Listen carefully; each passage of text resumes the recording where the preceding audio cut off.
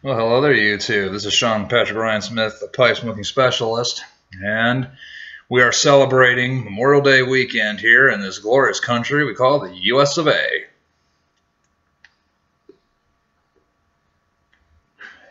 Well, if any of you saw last night's video, you'll probably recognize this. Here it is again for the second time so far in a video. This is my Roma church warden.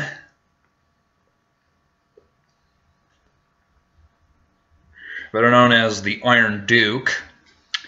And because it's Memorial Day, it only felt fitting to smoke the tobacco that's named after the war that Wellington won. Again, here it is, Brigadier Black's the Waterloo flavor. Now, I know for a lot of people Memorial Day is about American wars and all that, but obviously Waterloo should be just as celebrated because that was the end of tyranny in Europe. That was the battle in which Arthur Wellesley, better known to us as the Duke of Wellington, better known as the Iron Duke, crushed Napoleon from launching a full-scale invasion of Europe that could have also led to the invasion of the Americas. Most people don't know it, but in 1821, even though Napoleon was long since sent into hiding, the French actually tried to invade Mexico, and that's about the same time that the United States was fighting Mexico for Texas, which, of course, everyone knows Texas Rising is coming up Monday.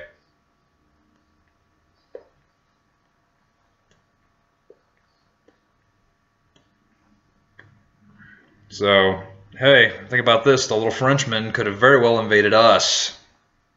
So it's always a classic reminder that sometimes events in one part of the world could definitely influence American history, even though I'm sure none of us would ever think it would happen.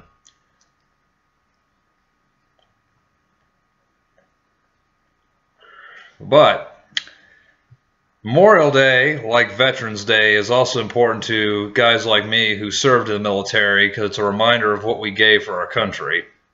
And I've shown another coin before, but I'm going to tell you a little bit about my time in the military because it is Memorial Day. This here was the unit I worked for. It's called the Northern Warfare Training Center. On it is a little Latin inscription that says, Jaimes Opignamus et Montes Superamus. That's Latin for battle cold and conquer mountains. There's another reason why I'm doing this video today is because I served up in Alaska, and Alaska's history in World War II is very important. Because this is the insignia of United States Army Alaska. As you can see, it's a polar bear with the North Star. The polar bear is the guardian of the North Star because according to ancient Inuit mythology, the North Star is the gateway to heaven, or their version of heaven, and the polar bear guards it against evil things that try to slip by and taint this sort of paradise that they hope to go to. So, in World War II,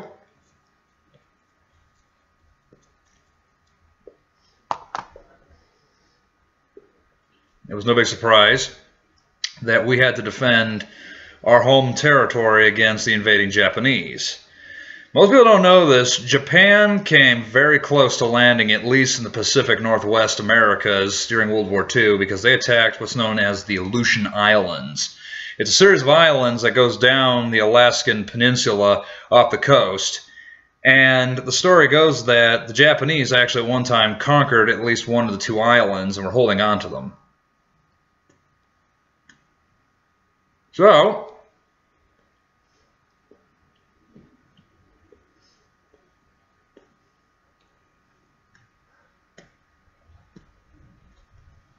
in World War II, the United States Army up in Alaska decided to do something about it, and this is one of the patches that came out of that. For several days over the course of, I'd say, about a week span, American troops flew into one of the islands on the, I want to say the end of the archipelago, if you will, and fought their way through several Japanese machine gun nests. One of them was a private from New Mexico, whose name I think was Jose Medina. I cannot remember off the top of my head.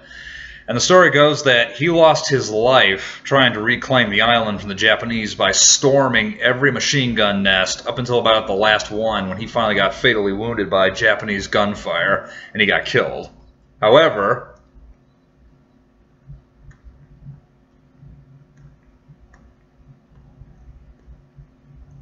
through his gallant efforts, we won back the Aleutian Islands. And as a result, he was posthumously awarded the Medal of Honor, something that we all hope to get when we're in the military, because if we fight and die for our country, or fight and survive and do something above and beyond the call of duty, that's the only honor you could ever expect to get. It's the highest medal you can get in the United States Army, and anywhere else in the military for that matter, and it's very hard to get, which is another reason why I'm bringing all this up, because that just goes to show Memorial Day is a time to remember the heroes of the past, to remember what they did in honor of country and in the name of freedom, and that sometimes, like they always say on those lovely little POW flags I'm a huge fan of, all gave some, but some of us gave all.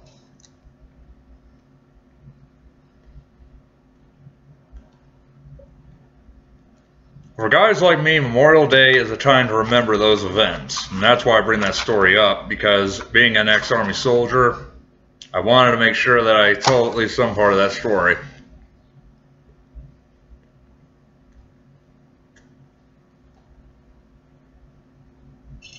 Because out of that came the cold weather school that I worked for, called the Northern Warfare Training Center, or this little place here, and the Black Rapids training site on the bottom. Because if it wasn't for the cold weather school, we probably couldn't have advanced into certain areas of warfare that we can today. So I also wanted to tip my hat finally to all the guys that are up there working right now, and also to the people that will hopefully pass through the gilded doors of Northern Warfare Training Center and will leave their own little legacy on the history of that place. I don't really see myself as a hero, but I do like to think I was part of a history of great fighting men and women that throughout the history of our great United States sometimes laid down their very lives in order to make sure that we could live free. And as a veteran myself, I've always kind of felt that I was part of that legacy. I may never fought overseas, but I'll tell you what, I'm still damn glad I got to serve in this military, because you know what? Not too many people can walk away and be proud of that. Because even though I'm not a foreign war vet, I'm still a veteran. So I always found some sense of solace and peace in the knowledge that I did my service to my country, and the only time I really ever play it up so far like that is, well, 9 times out of 10 during this holiday and Veterans Day, which is coming up down the road.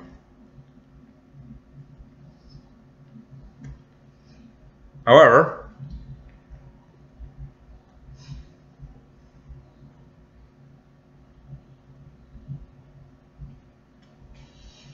I also wanted to say, I don't know if it happens all over the place, but I think it does. It happened when I was in Alaska, and it's happened down here.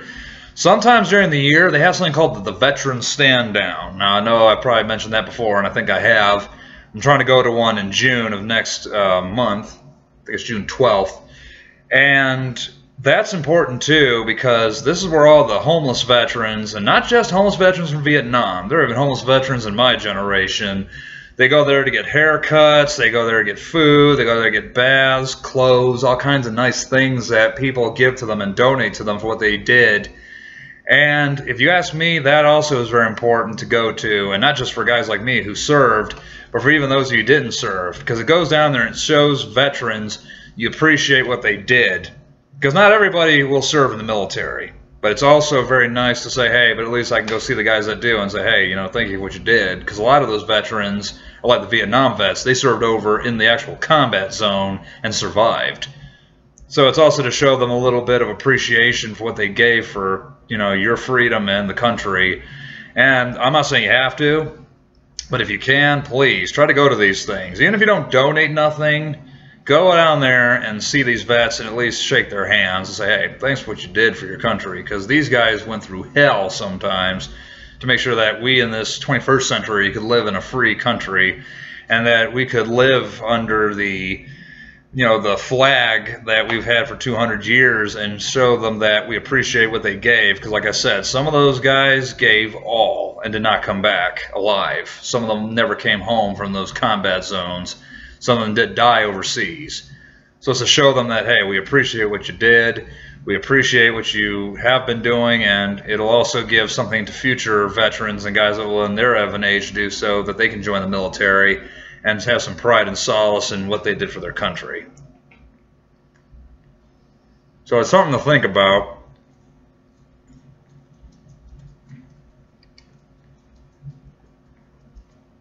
Because Memorial Day and Veterans Day may last 24 hours out of an entire year. To you, that may just be 24 hours, but to a guy like me and anyone else,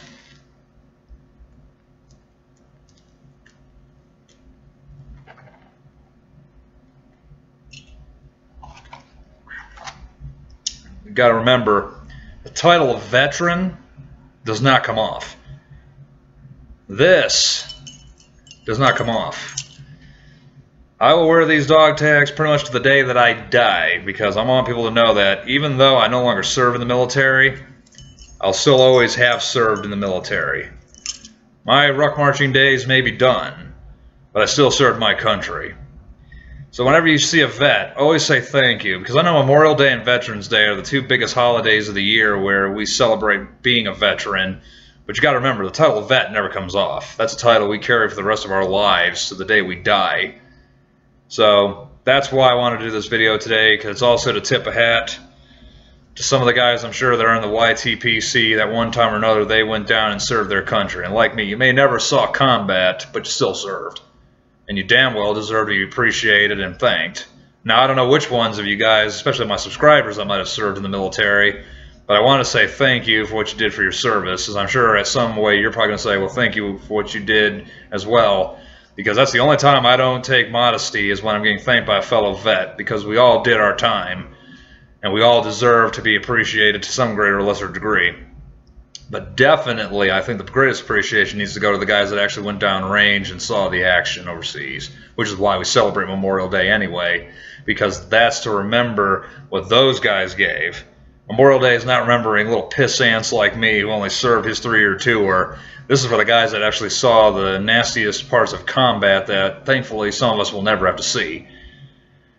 But like I said, I wanted to say that to you guys out there, because I'm sure there's a few other YTPC members out there who served in some branch of military service. And I don't give a damn if you served in the Army, the Navy, the Marines, the Air Force, or even the Coast Guard. If you served, you have my heartfelt thanks and appreciation for what you did, and my heartfelt appreciation for all that you gave. So until tomorrow, ladies and gentlemen, which I'll be back to talk more about Memorial Day, I just wanted to say, thanks again, guys out there, for watching.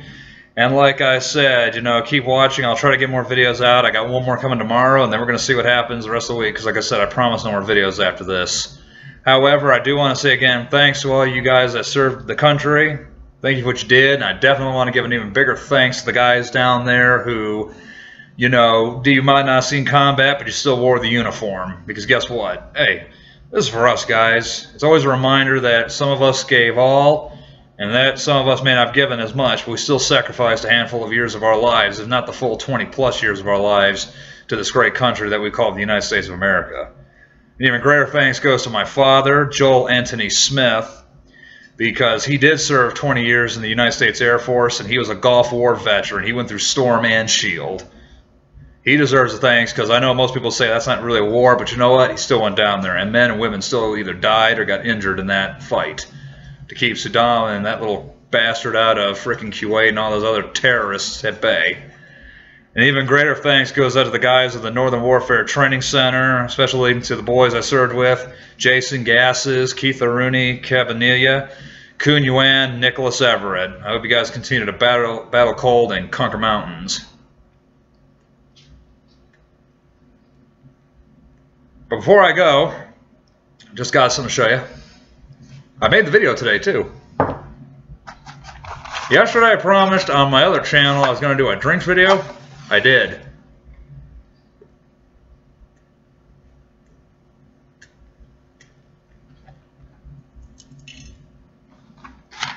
I want to show you guys my new concoction. Well, it's not new, but I'm proud of it. This here's the drink that I was talking about on the Pipe Smoking Lounge show. It's called the Black Rapids Shake. It's named, of course, again, I know I'm beating the hell out of this, but it's named after this place in honor of Black Rapids training site where I worked. So check that video out. I almost forgot. Thank God for small favors of memory. And go on there and check it out. You can learn how to make this delicious drink. It goes to all the veterans out there and their families. I hope that you guys enjoy it. It's really tasty, and it's really fattening, it's really sugary, but hey, what the hell, you know, we all need our sweet treats every once in a while, aside from these. And,